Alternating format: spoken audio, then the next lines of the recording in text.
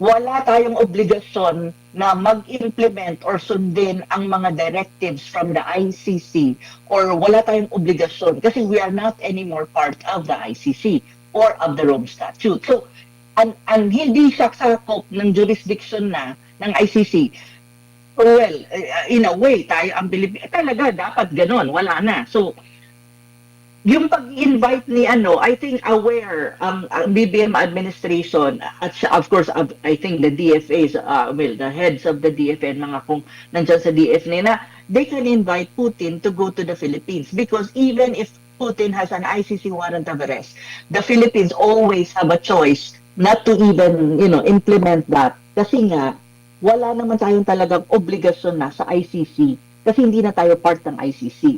So, kahit sabihin pa ng ICC, hindi halimbawa na pumunta si Putin sa Pilipinas na, arrestuhin nyo na, hindi na kasi wala tayong obligation, we're not anymore a member state of the ICC or party to the Rome Statute. So, ganun ang sitwasyon. So, kaya si BBM, sinabi niya na, please come to the Philippines to attend the East Asia Summit. Kasi alam niya yun eh. Ngunit, ang problema ni BBM, alam naman pala niya na hindi na tayo party to the ICC. At saka, wala na tayong obligasyon sa ICC. Yet, when you talk about PRRD, pinaaresto niya at nag-cooperate siya sa ICC. That is really the problem. Ito yung problema ni BBM eh. Yun ang tinatawag ng selective na cooperation with the ICC. Kasi dahil adversary niya, dahil political enemy or quote-unquote CPRRD ng current administration, especially ng mga Marcoses on the part of BBM, nag-cooperate siya. And not only that, kasi andyan din si Bato, si Senator Bato, nagko-cooperate din ang gobyerno natin, kahit wala na naman tayong obligasyon sa ICC, and we are not anymore a member of the ICC, pero nagko-cooperate pa rin sila para i-implement ang warrant of arrest ni Senator Bato. Diba? So, ibig sabihin, siya tawag nito, may dual, may duplicity ang positioning ng BBM administration when you talk about the ICC. Ito yung problema eh. Which is also another challenge for the administration of BBM, kasi tayo naman, mas mahirap-hirap ito kasi ang nangyayari sa Ukraine is it is really like ang Ukraine is backed up by the United States and the European Western Europe, tapos ang kalaban nila is ang Russia, tapos tayo, we are a military ally through the MDT, Mutual Defense Treaty of the United States. So in a way, challenging din yung posisyon natin kasi baka naman mainis sa atin yung United States dahil nga we're trying to get closer to Russia. Well, it really depends on BBM again. Kaya nga sinasabi natin lagi, at lagi ko rin sinasabi sa lahat ng interview ko, dito nagmamatter ang tinatawag mong independent foreign policy, that you're a friend to all, an enemy to none. Pag independent ang foreign policy mo at hindi tied up to one major power like the United States or any major power, madali ang maneuvering at madaling magkaroon ka ng close relationship with, let us say, Russia, when in fact Russia is kind of a perceived adversary of the United States. So hindi ka mahirapan. Pero kasi ngayon, ang challenge ng BBM administration is the foreign policy is not necessarily independent, and really, to be very straightforward about it, it's very leaning to the United States. So ito yung challenge kasi in a way, ang US would not want its ally to be very close to its perceived adversary. And the perceived adversary really of the United States is unang-una is China, and the other one is Russia. Yan talaga ang totoo pagdating sa geopolitics. So right now, ang challenge kay BBM bilang architect of foreign policy is paano niya i-handle ito na hindi magre-react ang US, and the US will not say na, tama na yung relationship na yan with Russia.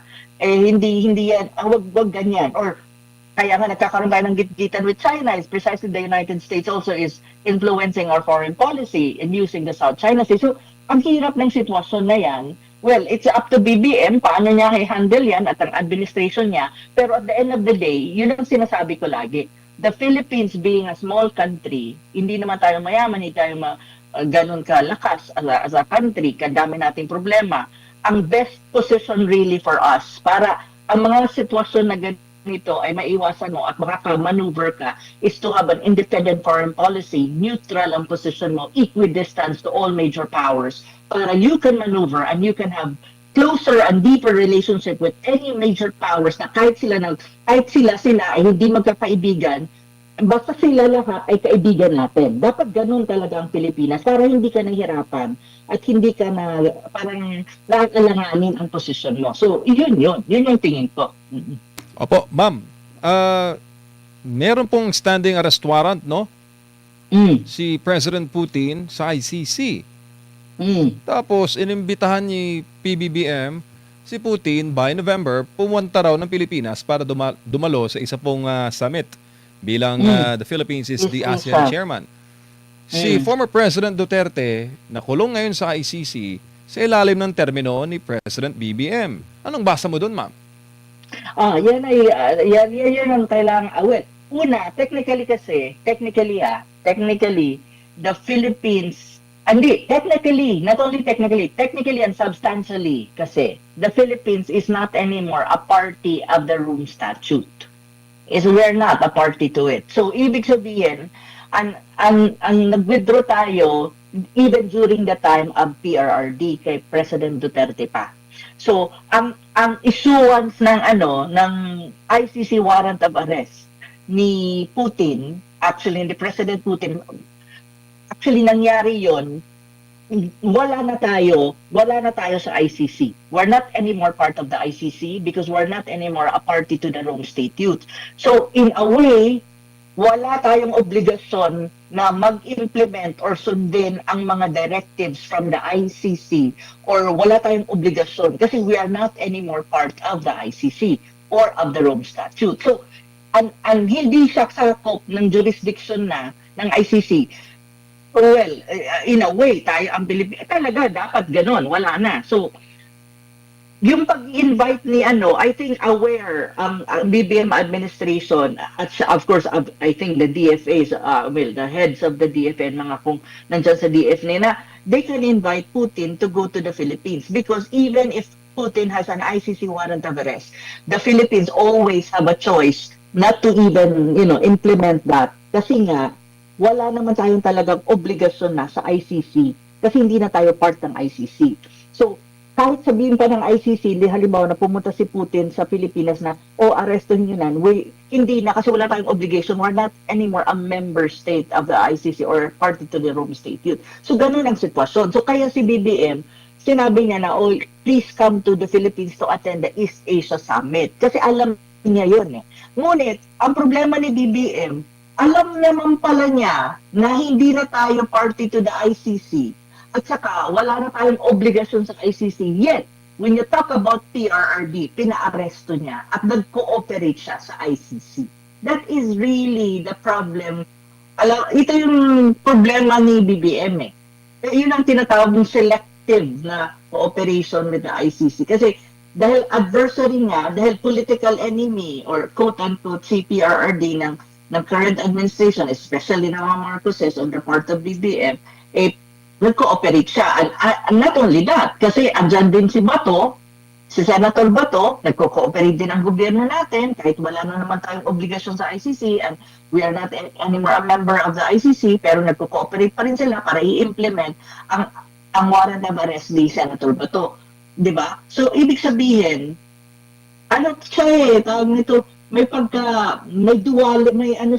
duplicity ang positioning ng BBM administration when you talk about the ICC.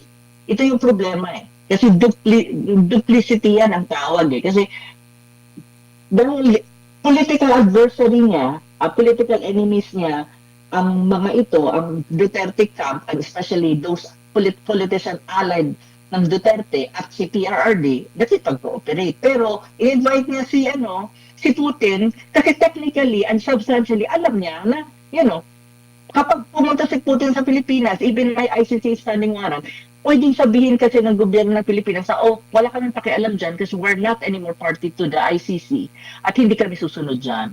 And at the same time kasi, pag in-invite mo ang isang presidente, lalo na ang tulad ni President Putin, of course, you have to assure na ang security ng presidente na yan, ni Putin, will be very, established at secured yan paglapag sa Pilipinas. At wala man. Or else, magkakaproblema tayo sa Russia. And definitely, Russia will not, Russia is a strong country. It's a powerful country, especially when it comes to military. I don't think the BBM administration would even dare to do anything related to that ICC arrest warrant against President Putin. I don't think so. So, I think alam ni BBM at ang administration niya yung mga pros and cons, and at the same time yung technicalities at substantial na aspect ng tinatawag ng ICC standing warrant of arrest kay President Putin at saka yung ating pagiging hindi na actually part of the ICC. So walang jurisdiction ang ICC sa atin at wala tayong obligasyon sa ICC. So ganun ang niyan. Ano yung dynamics yan at saka yung tingin ko dyan. Opo, ma'am, bago lang po si partner Admar, do you think yung invitation niya kay President Putin strategic o impulsive? Biglaan lang, naisip lang. Sige, punta ka sa amin. Punta ka sa amin without thinking the repercussions, kasi may mga nagsasabi na kung pumunta daw dito ang presidente ng Russia at walang ginawang aksyon ng ICC at hindi siya naaresto, meron dong tinatawag na non-equal implementation of the law. Kasi nga, si PRD dinala sa ICC. Ngayon, itong may standing arrest warrant, pumunta ng Pilipinas kung saan naaresto ang dating Pangulo at dinala sa the Netherlands, hindi rin magawa. Anong tingin mo, ma'am? Impulsive invitation or strategic? I think it's I don't think it's impulsive, and I don't think also it's strategic. I think it's more diplomatic and a protocol. Protocol yan. Kasi when you talk about the East Asia Summit, the Philippines is the chair of ASEAN.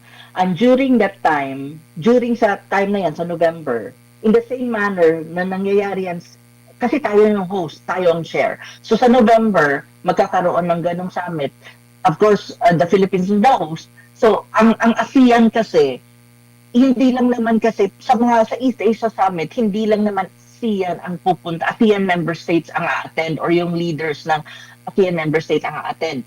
Ang tinatawag ng major partners ng ASEAN, and that includes Russia, is also usually it's a tradition and it's always the case na ini-invite ng host country ng ASEAN na pumunta para sa East Asia Summit, and I think other related summits and meetings. It's really the case. So lagi yan. Even Malaysia last year is the same. So ngayon, it's a protocol, and at the same time, it's a diplomatic gesture of inviting the Russian president to attend the East Asia Summit. Kaya nga very clear, very specific ang sabi ni BBM, diba? East Asia Summit. Because really, you need to invite the major partners, and Russia is one. Kasama dyan ang China, the United States, and even other countries na tinatawag nating major powers. So even India, I think, if they want to invite, they can. So ganun yun. Pero so hindi ko siya masasabing impulse kasi definitely si BBM ay briefed ng mga tao niya sa paligid niya, and actually, of course, I think by the DFA or even by the secretary of the DFA. And I think hindi rin siya strategic in many ways, but I think it's more a diplomatic gesture sa akin. Now, as to the consequences of that invitation, kung mag-a-attend nga ba at pupunta nga ba si President Putin sa Pilipinas sa November, yan ay ating makikita at yan ang titignan natin kung mayroon nga ba. Kasi, well, I think, ang bola kasi dyan, when you talk about this ICC arrest warrant, it's always on the host country. Like for example, President Putin went to Indonesia. Wala, di ba? Kasi ang Indonesian government before, sinabi lang nila, well, hindi namin ino-honor yung ICC warrant of arrest against President Putin. So, President Putin can fly. Well, it depends on the Philippines at the moment kung anong gagawin ni BBM. Pero, ang mahirap lang kay BBM, when you talk about optics internationally, it's like, the international community will question that na, okay, hindi ka nagko-cooperate when you talk about President Putin kasi invited guest mo, pero ang sarili mong former president ng bansa mo, pinaaresto mo at nag-cooperate ka sa ICC dahil kalaban mo sa politika. At ngayon, may isa pang senator na ipapaaresto mo rin dahil may ICC puno, warrant of arrest na kalaban mo rin sa politika. So, yun ang hindi maganda. Kasi parang ano na siya yun nga, hindi pantay ang pag-i-implement mo ng cooperation mo with the ICC. May selectivity. And just because domestically kalaban mo si PRRD sa politika and at the same time si Senator Bato, and probably the next one would be Bongo. Yun yung mahirap kasi the international community will look at it. And even I think President Putin and the rest of the Russians, they know this very well.